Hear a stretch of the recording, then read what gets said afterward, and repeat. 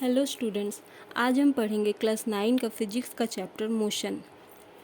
Students, junior classes में हमने motion का डेफिनेशन पढ़ा है कि the change in position of a body with respect to time is called motion. That is, कोई भी बॉडी अगर अपना पोजीशन एक पॉइंट से दूसरे पॉइंट में चेंज करता है with respect to time is called motion. Body या तो बॉडी कोई रेस्ट में रहता है या फिर वो मूव करता है, तो जब वो मूव करता है तो उसे ही मोशन कहते हैं। फॉर एग्ज़ाम्पल, एक स्टूडेंट है और ये पॉइंट ए उसका घर है और उसे अपने स्कूल तक जाना है जो कि पॉइंट बी है। तो ये जो स्टूडेंट है वो इस पॉइंट से पॉइंट बी तक मोशन करेगा, तभी तो वो पॉइंट बी तक पहुंच पाएगा। और ये मोशन करने के लिए उसे कुछ टाइम लगेगा, ये 1 आवर 2 आवर कुछ भी होता है, लेकिन उसे वो टाइम कवर करना ही पड़ेगा। मतलब कि पॉइंट ए से पॉइंट बी तक का डिस्टेंस कवर करने के लिए स्टूडेंट को एक टाइम इंटरवल में मोशन करना पड़ेगा।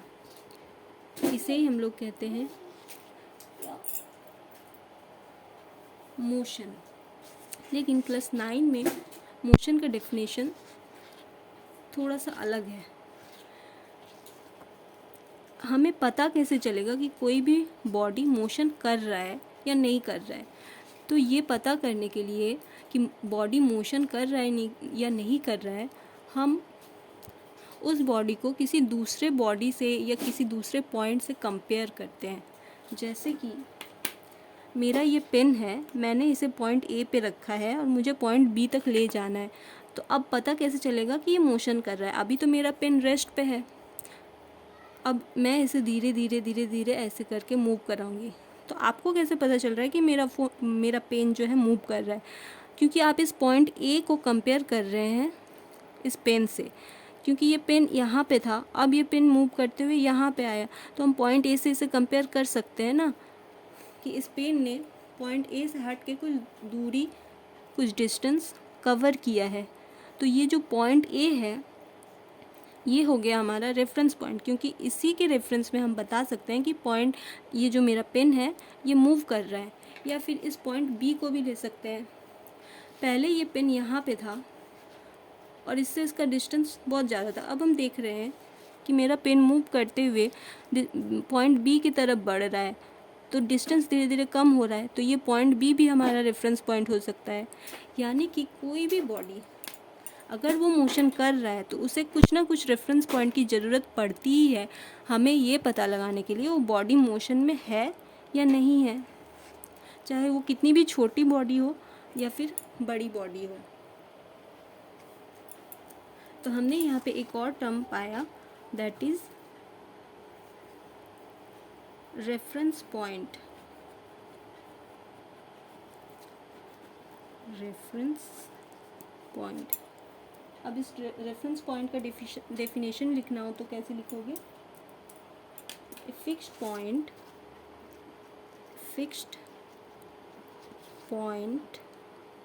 or if with respect to which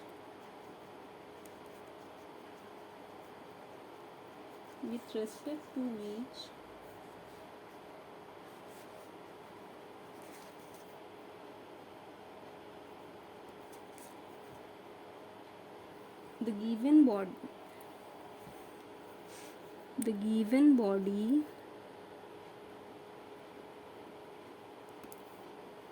changes its position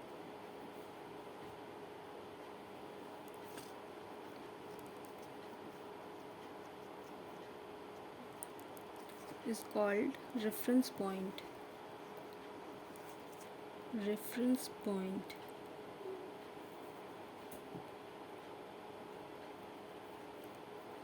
और हम इसे ऐसे भी कह सकते हैं कि the fixed point with respect to which we can determine the body, a body is in motion is called reference point, right.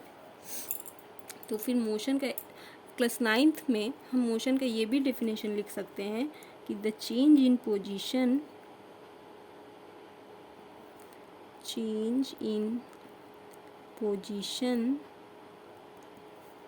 of a body with respect to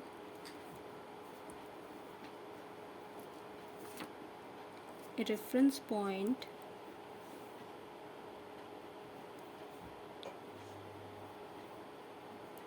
is called motion.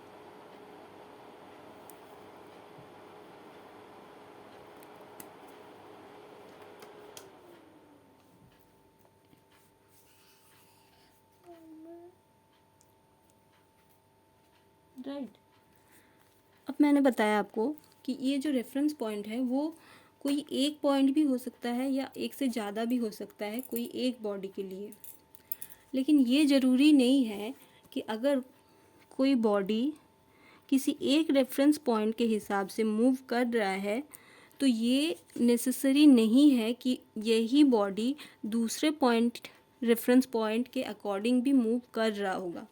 For example, बहुत ही common सा example है कि अगर आप किसी बस में बैठे हो, राइट, ये बस है और ये बस में पैसेंजर्स बैठे हुए हैं, ठीक है, और यहाँ पे एक ट्री है,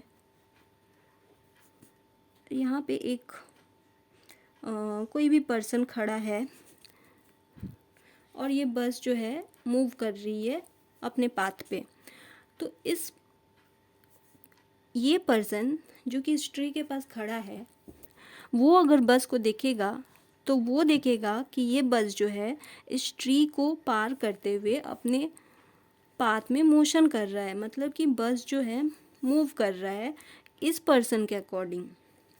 उसी तरह जब ये हमारे जो पैसेंजर्स है जो बस के अंदर बैठे हुए हैं वो अगर खिड़की से इस पर्सन को बाहर की तरफ देखेंगे या फिर इस ट्री को बाहर की तरफ देखेंगे तो वो पाएंगे कि बस जो है ये जो पैसेंजर्स है वो आगे की तरफ बढ़ते जा रहे हैं और ये जो ट्री है और ये पर्सन है वो पीछे की तरफ मोशन कर रहे हैं, राइट। लेकिन जब ये पैसेंजर्स अपने आसपास देखेंगे यानी बस के अंदर पैसेंजर्स को देखेंगे बैठे हुए, तब उन्हें लगेगा कि वो जो है वो मूव नहीं कर रहे हैं या फिर बस मूव नहीं कर रही है। यानी कि यहाँ पे बहुत सारे रेफरेंस पॉइंट है और हर किसी का व्यू जो है वो अलग है। अगर हम इस ट्री को और इस पर्सन को रेफरेंस पॉइंट माने तो इन पैसेंजर्स को लगता है कि बस मूव कर रही है या फिर ये मूव कर रहे हैं।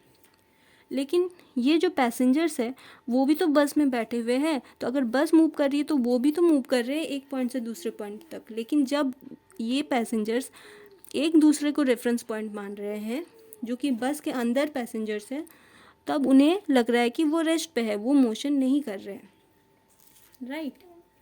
तो इसीलिए मैंने कहा था कि अगर कोई बॉडी जो है ये बस जो है इसके हिसाब से देखा जाए, ये ट्री और ये पर्सन के हिसाब से देखा जाए तो ये बस मूव कर रही है। लेकिन अगर हम बस के अंदर के पैसेंजर्स अपने आप को या फिर अपने बस में बैठे अदर पैसेंजर्स को रेफरेंस पॉइंट मानते हैं तो वो पाते हैं कि वो मूव नहीं कर रहे हैं, वो रेस्ट पे है, राइट। तो यही होता है हमारा रेफरेंस पॉइंट का फॉर्मूला, रेफरेंस पॉइंट का डेफिनेशन।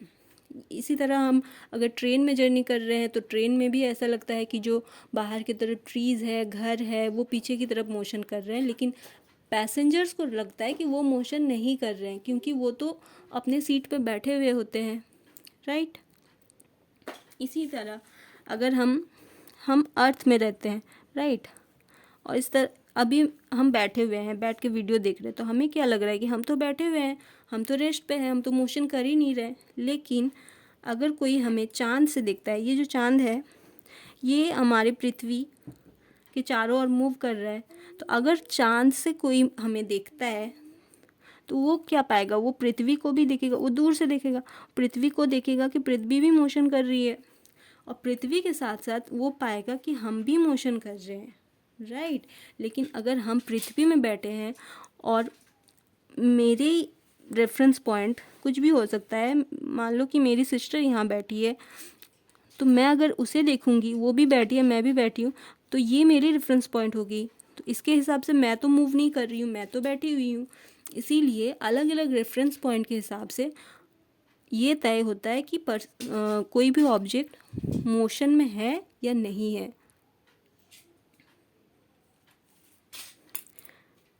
आज के लिए बस इतना ही। नेक्स्ट क्लास में हम लोग पढ़ेंगे टाइप्स ऑफ मोशन, जो कि motion along a straight line होता है, और भी बहुत कुछ। तब तक के लिए कीप वॉचिंग।